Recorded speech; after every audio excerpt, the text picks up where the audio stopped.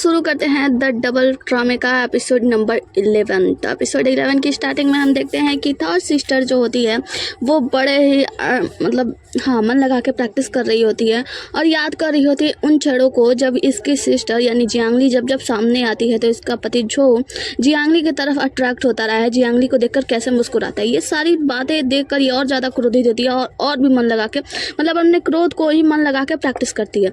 बाहर देखते हैं कि जो मंत्रा होती है उनकी नौकरानी से पूछती है थर्ड सिस्टर से कि ये कब से कमरे में है, तो उनकी नौकरानी बताती है कि ये पूरे दिन से कमरे में प्रैक्टिस कर रही है और अभी तक बाहर नहीं आई बिना खाए पिए। ये लोग चिंतित होती हैं कि थर्ड सिस्टर इतने समय से प्रैक्टिस कर रही है और कुछ खाई पी भी नहीं है। आगे किसी में हम जियांगली को देखते हैं जिनको कि इनका डॉक्टर जो होती है वो बताती है कि देखो मैं चांदी के सुई से तुम्हारा एक्यूपेंचर करने तो जा रही हूँ, लेकिन याद करना इसके बाद से तुम्हें मति भ्रम हो सकता है, तुम मर भी सकती हो, तुम्हारा मति भ्रष्ट हो सकता है। वो कहता है कि ठीक है, वो कहती है ठीक है डॉक्टर मुझे तुम पे विश्वास है। डॉक्टर कहती है तुम्हें मुझ पे नहीं बल्कि खुद पे विश्वास रखना होगा। जिसके बाद से एक्यूपेंचर करने लगती है और जियांगली यहाँ पे मदहोश होने लगती है। वो पूरी तरीके से बेकाबू हो जाती है और उसे याद आने लगता है अपना और जो सैन यूरोन होते हैं उनकी बातें। याद आता है कि सैन यूरोन उसे धक्का मार के पानी में गिरा देता है, जिसके बाद से वो उसे पानी के अंदर से खींच रहा है। और यहाँ पे जो जियांगली होती है वो बहुत ही ज़्यादा परेशान होती है, पानी से बाहर निकलने की कोशिश कर रही होती है, बहुत ही ज़्यादा बेचैन हो रही होती है। हम देखते हैं कि यहाँ पे ये पूरी तरीके से बेचैन होती है। जो डॉक्टर होती है वो कहती है इसे मतिभ्रम होने लगा है, ये पूरी तरीके से भ्रम में घुस गई है। हम देखते हैं कि सैन यूरोन अंदर से उसे नदी में खींच रहा है और यहाँ पे जियांगली को यही सब महसूस हो रहा होता है। वो अचानक से बाहर निकलती है और उसका पैर पकड़ के खींचने लगती है, कहती है कि तुमने मुझे धोखा क्यों दिया। और रियल लाइफ में तो वो किसी और का नहीं बल्कि डॉक्टर का हाथ पकड़े होती है। यहाँ पे डॉक्टर जो होती है वो ड्यूक सू से कहती है कि ड्यूक सू इसे संभालो, पकड़ो, मैं भी इसके लिए दवाई लेकर आती हूँ। और हाँ याद रखना जब ये कांपने लगे तो मुझे बुला लेना, इसे कस के पकड़ो क्योंकि ये पूरी तरीके से इसका मति भ्रमित हो गया है। यहाँ पे ये सनी यूरोन का हाथ पकड़ के खींच रही होती है, लेकिन रियल लाइफ में रियलिटी में जो होता है वो डॉक्टर का हाथ पकड़ के खींच रही होती है। यहाँ पे ड्यूक सू जो होते हैं वो जियांगली को संभालते हैं। दूसरी तरफ हम इसकी दूसरी सिस्टर को तीसरी सिस्टर को देखते हैं जो कि अपना गुगिन का प्रैक्टिस कर रही होती है और याद कर रही होती है अपने पति की बातों को। जब उसने उनके भाई से कहा था और थर्ड सिस्टर ने सुन लिया था, उसने कहा था कि मैं तो बस जियांगली की मदद करना चाहता हूँ, मैं चाहता हूँ कि मैं उसके साथ टीम अप करूँ। ये सब सोच के थर्ड सिस्टर और भी ज़्यादा परेशान हो रही होती है और मन लगा के गुगिन का प्रैक्टिस करती है। जियांगली की सिस्टर सोचती है कि जियांगली तुम सोचना भी मत मुझसे मेरे पति को छीनने के लिए, ना तुम कल जीती थी, ना तुम आज जीती थी, ना तुम कभी जीतोगी मुझसे। आगे की सीन में हमें जियांगली को दिखाया जाता है जहाँ पे हम देखते हैं कि वो पूरी तरीके से भ्रमित होती है। वो सैन यूरोन का गला दबा के मार रही होती है कि तुमने ऐसा क्यों किया, ऊपर वाला देख रहा है, आकाश से वो देख रहा है, तुम्हारा न्याय होगा, मैं तुम्हें जान से मार डालूंगी, तुमने मुझे मार डाला वगैरह वगैरह कह के वो पूरी तरीके से भ्रमित होती है। यहाँ पे जो डॉक्टर होती है वो कहती है इसे जल्दी दवाई खिलाओ वरना ये हमेशा के लिए मर जाएगी, हमेशा के लिए भ्रम में फंस के रह जाएगी।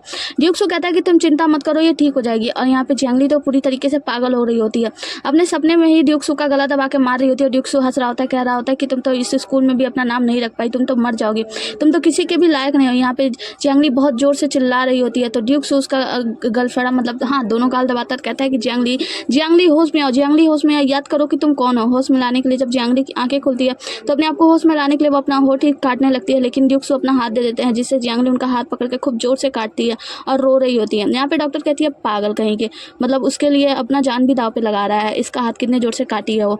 डॉक्टर को बहुत ही ज्यादा बुरा लग रहा होता है कि ड्यूक सू जो होते हैं वो जियांगली की इतनी ज्यादा फिक्र कर रहे हैं। यहाँ डॉक्टर ड्यूक सू से कहती है कि हमें इसका इलाज बंद कर देना चाहिए वरना ये पूरी तरीके से पागल हो जाएगी। तो यहाँ पे ड्यूक सू कहते हैं नहीं, मुझे उस पर पूरा विश्वास है, वो ठीक हो जाएगी, तुम बस अपना इलाज कंटिन्यू करो, मुझे विश्वास है वो ठीक हो जाएगी, वो बहुत ही ज्यादा शक्तिशाली है और वो ये सब सह लेगी। हम सीजी को देखते हैं जो कि पूरी रात जियांगली के लिए फिक्र कर रहा होता है कि आज संगीत परीक्षा में क्या होगा। इनका नौकर आता है तो कहता है कि आप पूरी रात यहाँ पे जाग रहे थे और एक पेज को पढ़ रहे थे। तो वो कहता है कि हाँ मैं चिंतित हूँ कि आज संगीत परीक्षा में क्या होगा। दूसरी तरफ हम चचेरे भाई को देखते हैं, वो भी चिंतित होता है और कहता है कि अपने कछुए से कि तुम भगवान से प्रार्थना करना कि जियांगली आज संगीत परीक्षा में जीत जाए, मैं तुम्हें अच्छा सा खाना खिलाऊंगा।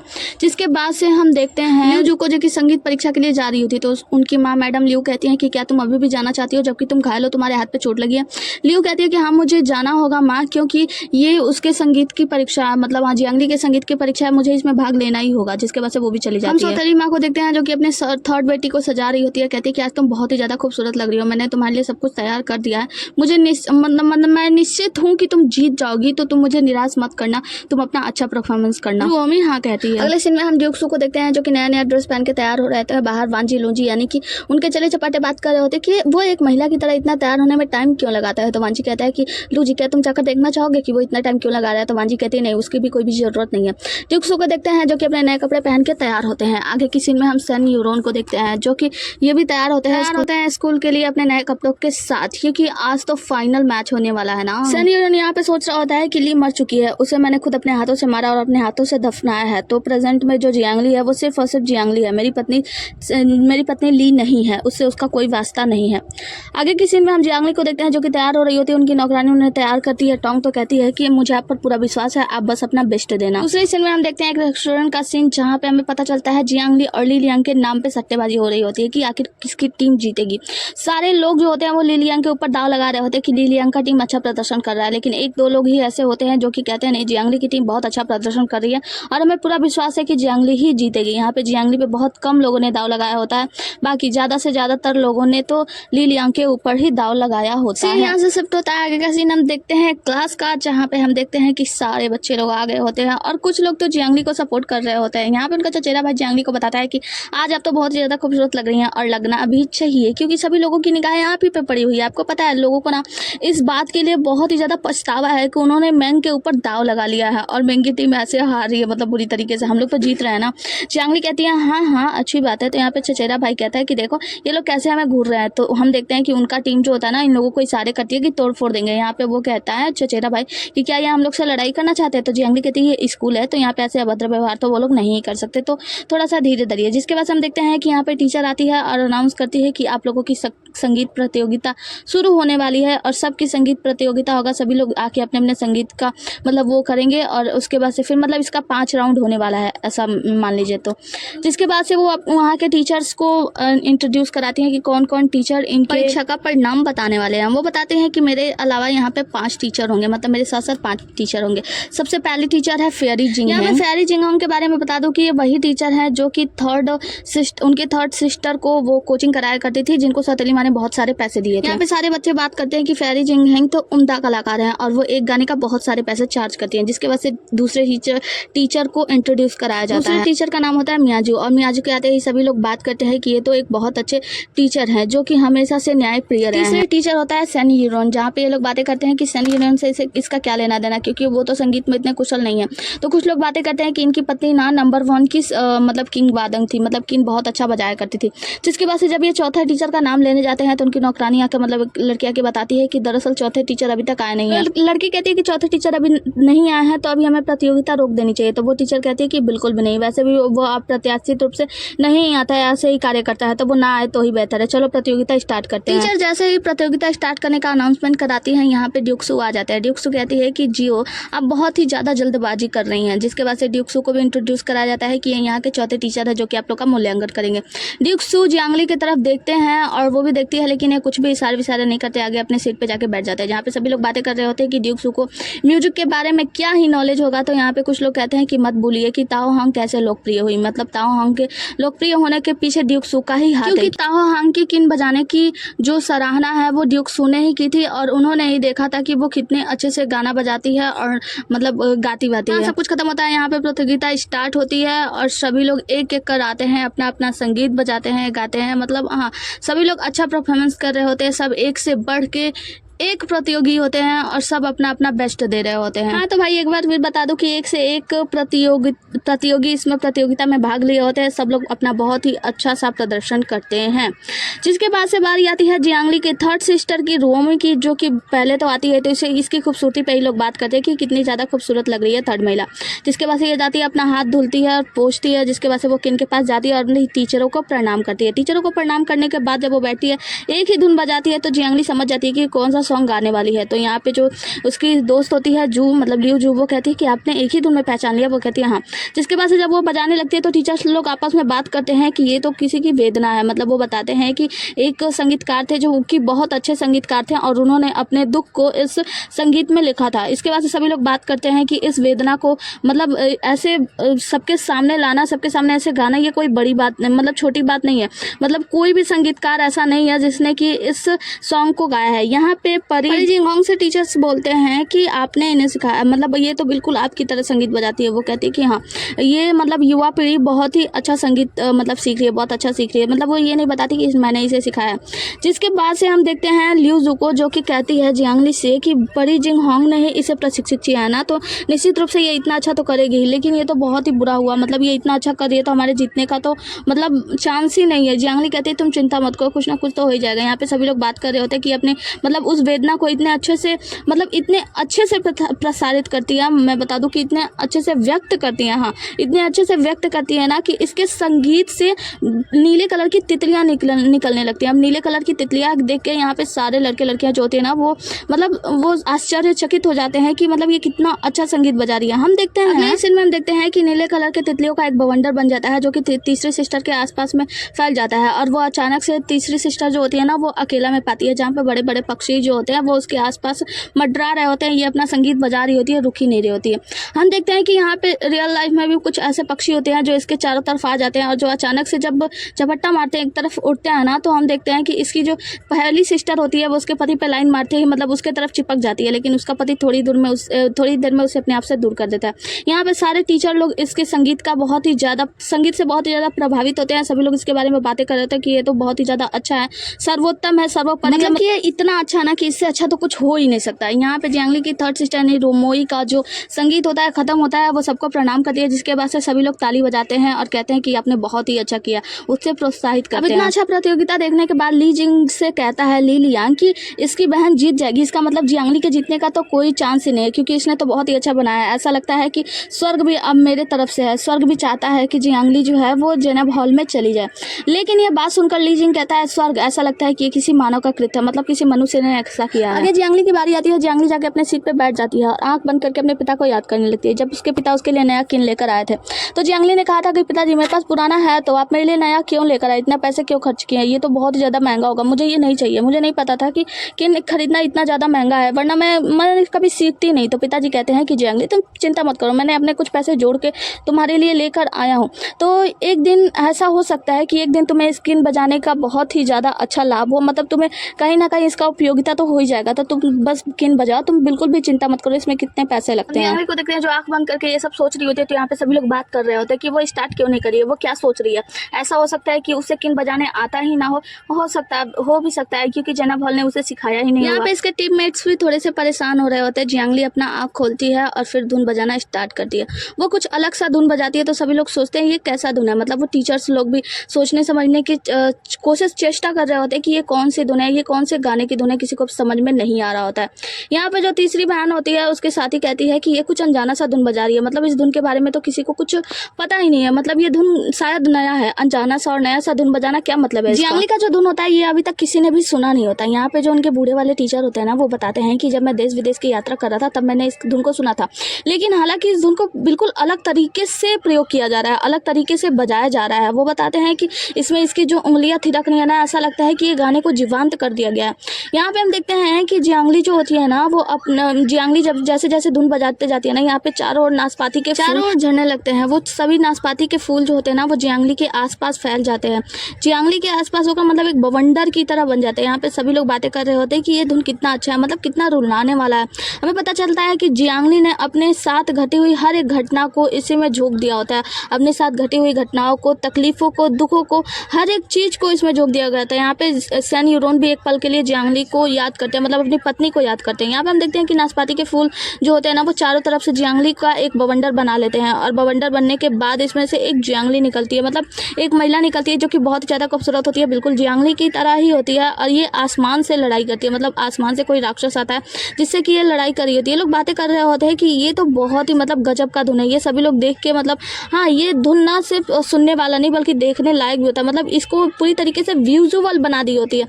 यहाँ पे वो जो लड़की होती है जो नाशपाती के फूलों से निकली होती है वो जाकर आसमान के दानों से लड़ाई करती है। लड़ाई करने के बाद हम इसी बीच में देखते हैं कि वो दानव जियांगली को, मतलब वो साउंड वाली जियांगली को मार देता है। सभी लोग देख रहे होते हैं, सभी के आंखों में आंसू आ गए होते हैं। इस वेदना को सभी लोग समझ पा रहे होते हैं। यहाँ पे बात हो रही होती है कि जियांगली ने जिस गाने को मतलब प्रस्तुत किया है, जिस गाने को वो गा रही है, जिस तरीके से वो कह रही है, ऐसा लग रहा है कि इस महिला के साथ बहुत ही ज़्यादा बुरा हुआ है। हम देखते हैं कि वहाँ पे वो जो दानव होता है वो जियांगली को मार देता है, लेकिन जियांगली पुनर्जन्म लेती है, मतलब दोबारा जन्म लेती है और उस दानव दानव से लड़ाई करने के लिए जाती है और उस दानव को मार गिराती है। मतलब इस तरीके से इस कहानी में कुछ दर्शाती है और ये सब कुछ विजुअल हो रहा होता है, सभी लोग देख रहे होते हैं, सभी लोग समझने की कोशिश भी कर रहे होते हैं। यहाँ पे लोग बातें कर रहे होते हैं कि जियांगली इतनी अच्छे से प्रदर्शन कैसे कर रही होती है। जियांगली ने अपने दुख को, तकलीफ को, अपने साथ बिताए गए हर एक आप बीती को, हर एक पल को इस गाने में झोंक दिया होता है। यहाँ पे हम देखते हैं कि जियांगली के उंगलियों से खून निकलने लगता है, लेकिन जियांगली नहीं रुकती। जियांगली अपना जो दुख और तकलीफ होता है ना, वो उसे झोंक नहीं जाती। मतलब हम ये कहते हैं ना कि जब आपको बहुत ही ज़्यादा दुख तकलीफ हो ना, तो आप अपने दुखों को, तकलीफों को, हर एक चीज़ को ना सक्सेस की तरफ झोंक दो। सक्सेस ना एकदम झक मार के आपके पीछे आएगी, बिल्कुल वैसा ही होता है यहाँ पे। मतलब अपने पूरे दुख तकलीफ को ना यहाँ पे झोंक देती है। सभी के आंखों में आंसू होता है, यहाँ तक कि जो इसके दुश्मन होते हैं उन लोगों के आंखों में भी आंसू होते हैं। सभी लोग सोच रहे होते हैं मतलब ये इतना अच्छा कैसे प्रदर्शन कर सकती है, आखिर कैसे। जियांगली पूरी तरीके से मतलब बेहाल हो जाती है संगीत बजाते बजाते, लेकिन रुकती नहीं है। सभी लोग इसकी इतनी ज़्यादा तारीफ कर रहे होते हैं, सभी लोग टीचर्स लोग आपस में बातें कर रहे होते हैं कि जियांगली ने जिस तरीके से इस चीज़ को प्रदर्शित किया है, मतलब एक आम लड़की के लिए ये प्रदर्शित करना ना नामुमकिन सी बात है। कोई भी आम लड़की ऐसा प्रदर्शन कर ही नहीं सकती। सभी लोग आसमान की तरफ देख रहे होते हैं, आसमान पूरी तरीके से लाल होता है क्योंकि उस साउंड वाली जियांगली ने उस दानव को मार गिराया होता है और मारने के बाद जो ऊपर से जो फूल झड़ रहे होते हैं ना, वो सारे फूल आग की लपटों में बदल जाते हैं और आग की लपटें आसमान से नीचे आ रही होती हैं। सभी लोग ये देख के आश्चर्यचकित हो रहे होते हैं कि एक नॉर्मल सी स्त्री, मतलब एक नॉर्मल सी लड़की इतना सब कुछ कैसे कर सकती है। और वो टीचर्स बात करते हैं कि ये मतलब एक साधारण सी लड़की इतनी वेदना कैसे झेल सकती है, मतलब इतने सारे कष्ट हुए हैं उसको।